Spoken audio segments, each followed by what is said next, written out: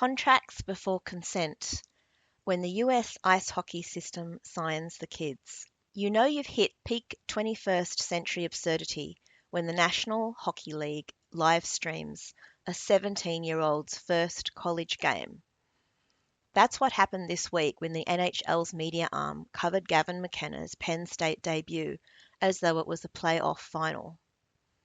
Sponsors were already queuing. McKenna apparently already has $700,000 in brand partnerships. At just 17, he's listed as studying in college, although the real reason is structural.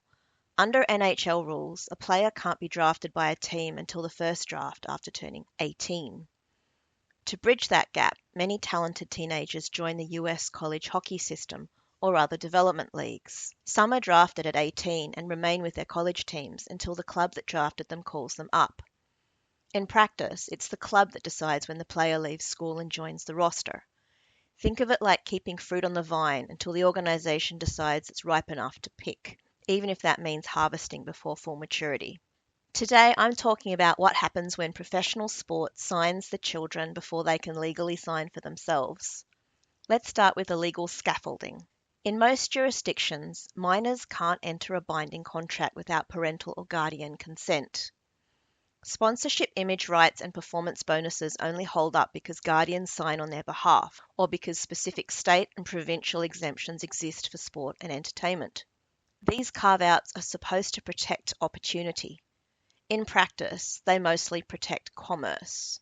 You may have heard the term NIL, name, image and likeness deals. These were designed to let young athletes make money off their personal brands while they're still in college. But the issue is that the second money enters the frame, regulation struggles to keep up. The line blurs between education and employment, consent and coercion. Legally, these athletes aren't employees, which means that they do not have standard protections of labour law. They can't unionise, they don't have guaranteed benefits, and they have limited recourse when things go wrong. In theory, the college system is supposed to balance that with education, but in reality, the balance is tilting fast. Some college players genuinely use the opportunity to earn a degree they can rely on long after their final shift, studying business, law, or engineering while they're building a career on the ice. Others, however, find that their education exists mostly on paper, schedules built around training, coursework completed online, and a culture that prizes winning over learning. For many, the campus years are less about academia and more about waiting for the call-up from the NHL team. The promise of a real education coexists uneasily with the reality that, for most, hockey remains the only subject that truly matters. So let's look at this culture of commercializing children. Players like Connor Bedard, Macklin Celebrini, Cutter Gauthier, and now Gavin McKenna aren't just athletes. From what I can see, they were brands before they were even adults. The NHL, the junior leagues, the scouts all extract value early. The media coverage that once built stars now builds up children. And the moment that happens, the child's agency becomes theoretical. The legal contracts say that they are consenting, but the social reality is that they can't. Their parents often act as de facto managers. The agents circle. Every performance, every post-game quote, every social media clip feeds a commercial machine. These teenagers grow up fluent in media training and sponsorship etiquette, but without the chance to learn ordinary life skills. The gap is very real. They're not learning time management, financial literacy, and independent decision-making. The same qualities that universities try to cultivate are the ones that professional sport often short-circuits. And the thing is, you often hear people saying they can always study later. That's the biggest myth of all. While it is true that for a hockey player, chances are their career will end at around 30 or early 30s, and they should technically have plenty of time in which to do other things like study. The data from the NHLPA's post-career program is very clear. Most players do not go back to study. By 30, they have family, injuries, and years of conditioning that make traditional study almost impossible. We also know that it's a lot easier to study when you're younger and your brain is still squishy and elastic. The league may pay for education, but it cannot pay for the lost time to learn how to learn. Embarrassingly, the reason this has all come about in terms of why I've done this video is that I've been writing my own version of a hockey romance for a variety of reasons. This video is not about that. What's more important is that in my story, there is a character named Dominic who, like many of these hockey stars, showed talent early, was circled early, had a lot of attention early, and he could have gone straight to the league but chose not to. I took some liberties with real rules. As I've already mentioned, in real NHL rules, players are drafted at 18 and the team that selects them holds their rights even while they're still in college. If that were the case, then in my story, the fictional Dominic would already belong to a team and there would be no suspense about where he might go. For the purposes of my story, I changed that system and college players are not drafted until they declare themselves ready. That allowed scouts from multiple teams to keep watching and waiting, and it kept the choice of whether and where to sign in Dominic's hands. The adjustment allowed me to focus on the tension between education, career, and relationships without being constrained by the real-world NHL collective bargaining agreement. Thus, in my story, Dominic chose to stay in college and only turn pro once he was ready. The choice to stay in college wasn't naivety, it was self-preservation. He wanted to be able to develop outside the market's grip, to learn before he was bought. He wanted to try to understand the paperwork and the implications of the documents that he was going to sign. In reality, this would make him an anomaly, maybe even a cautionary tale. Scouts would call it a risk, sponsors would call it bad brand timing. But to me, legally and morally, it's the only version that leaves that person in control of their own life. What is interesting to me is how often reality punishes that defiance.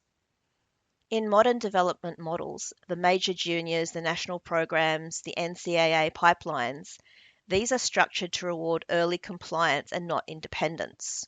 Once a player opts in, every aspect of their time, image, and identity becomes collateral. In terms of the cost of early success and why this even matters, I suppose it seems like a strange thing to even think about. Shouldn't everybody jump at the opportunity to make lots and lots of money as soon as possible and be incredibly rich? It sounds irresistible on paper. Who wouldn't want to turn talent into wealth before they finish high school?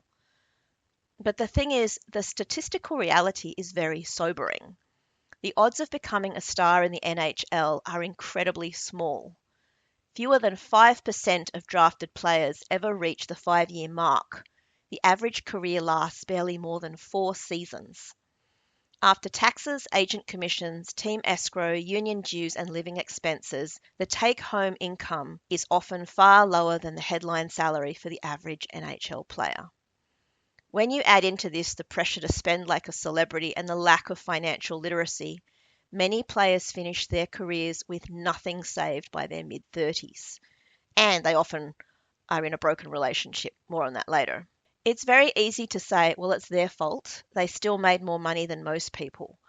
But I want you to remember that for a lot of these people, a lot of their decisions were made while they were still minors. They might have signed away control of future earnings and image rights long before they understood compound interest, taxes, or the risks of early wealth. No one is teaching them prudent money management. They're being taught how to play hockey, not how to manage a portfolio. Similarly, let's talk about the life that they are signing up to at such an early age. During the regular season, the schedule alone is punishing.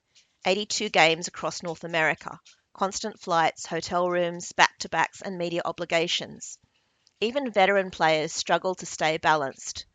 For teenagers who have never lived away from home, it's a crash course in exhaustion. They're expected to train, perform, market themselves, and answer to fans and sponsors, often without proper guidance or rest. Relationships often become collateral damage. It's hard to build lasting bonds when you're on the road for months, when your time zone changes every week, and when everyone you meet sees you through the lens of fame. Many athletes fall prey to financial predators or manipulative relationships. There are many stories across sports of young stars whose earnings were mishandled by parents or siphoned off by people who claim to love them. They're also the target of very unscrupulous people who want to take advantage of them. So their ability to find a significantly trustworthy relationship can be challenging as well, which is not something they're going to understand when they're still a minor. When you add into this the pressure, look at Connor Bedard. He's hailed as the next generational player, and he's already criticised for not living up to expectations, but he's still learning the professional game. Look at Gavin McKenna. He's only 17. After just a couple of NCAA appearances, he's already being measured against impossible standards. It's lucky for him he scored a couple of assists and a goal in his first 2 games for Penn State. Otherwise, you can imagine that there would have been massive criticism that he wasn't living up to his potential. The commentary about these young people forgets that they are still minors.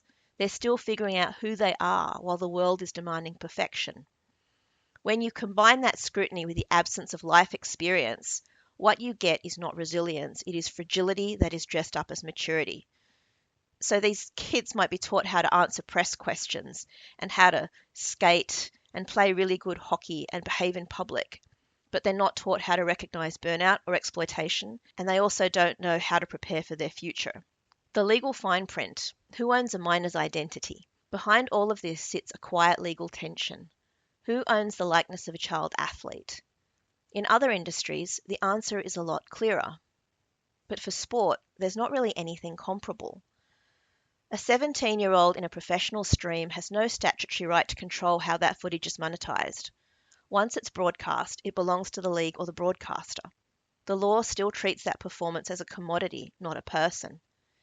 Gavin McKenna might be the next big thing, but I see him as a case study in how a system can legally consume adolescence and childhood.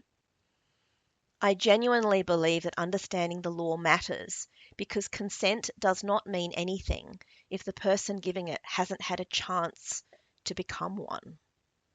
So in closing, I've noticed that the headlines always frame it as a triumph when these young players sign up and, do great things. But for me, the paperwork would probably tell another story.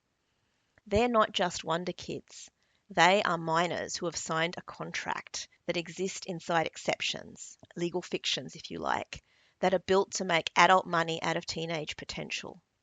I should probably caveat this video by saying that I don't know any of these players personally. It is entirely possible that they're extremely enlightened and have extremely ethical people around them, and they're fully cognizant of all of the future implications of their decisions. If that's the case, that's great. They're actually just examples that have made me ask certain questions and think about the issue of capacity to legally consent when one is still a minor in relation to such significant life decisions.